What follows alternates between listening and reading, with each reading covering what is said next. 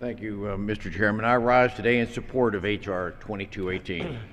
For 33 years, Congress has wrestled unproductively with how to deal with coal ash, an unavoidable byproduct of burning coal. After countless hearings, meetings, and amendments, we come here today with a solution. Over the past 2.5 years, we've listened to environmental organizations, industry, senators, the states, the EPA.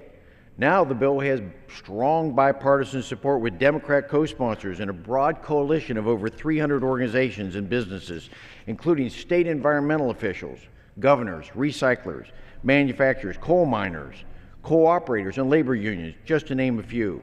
If we don't act decisively, Congress will once again kick the can down the road. That would mean the status quo continues. At the Energy and Commerce Subcommittee hearing on the draft legislation earlier this year, EPA Assistant Administrator Matthew Stanislaus testified that states have the ability to ensure proper management and disposal of coal ash under this legislation. At that hearing, my good friend from Illinois, Mr. Shimkus, asked Mr. Stanislaus if the EPA was not opposed to this language of the bill. Stanislaus' response was, "That is correct." Even the president has become engaged in this debate. The statement from the administration this past week noted they appreciate the efforts of the House and issued no veto threat. No opposition was expressed. That ought to tell you something. The opponents of this legislation should read the last sentence of the administration's statement. The administration would like to work with Congress to allow for the development, implementation, and enforcement of appropriate standards for managing coal combustion residuals, while encouraging the beneficial use of this economically important material. Let me show you what we're talking about here. This is a jar of fly ash. Every day, coal ash is produced in 48 of our 50 states across America. This is a national issue, not just one for coal states. Over 140 million tons of coal ash are produced annually. Approximately 40% of the material is recycled into everyday products used in households and the construction industry. The remaining 60% is disposed of in landfills. Now, 2218 deals separately with both of these issues. The first part deals with recycling.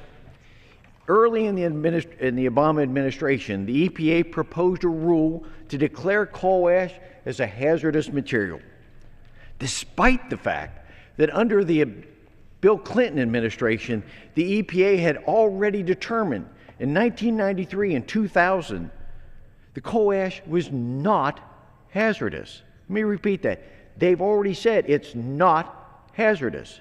No industrialized nation in the world classifies fly ash as a hazardous material.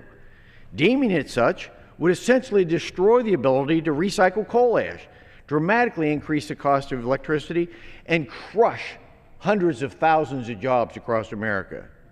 The United States already has a much lower rate of recycling than other countries.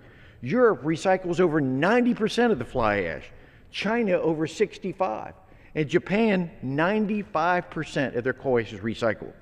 We should be encouraging recycling, not standing in the way. The second part of the bill deals with processes for disposing of coal ash that is not recycled.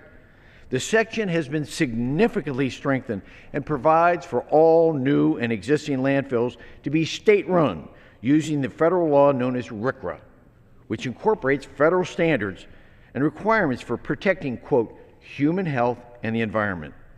RCRA's primary goals are to, quote, protect human health and the environment, to reduce the amount of waste generated, and to ensure that wastes are managed in an environmentally sound manner.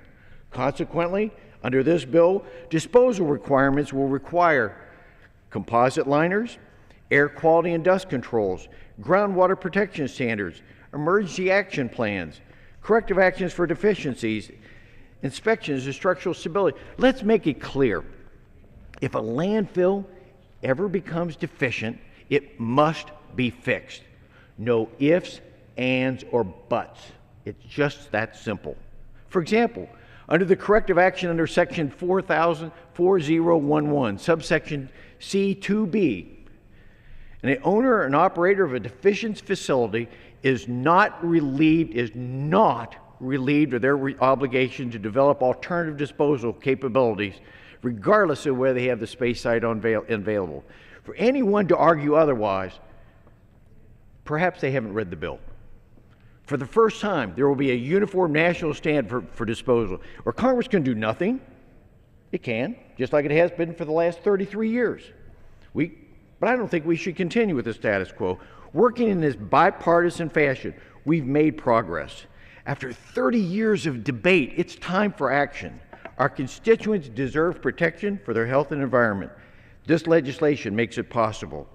We often hear Congress isn't voting on a jobs bill.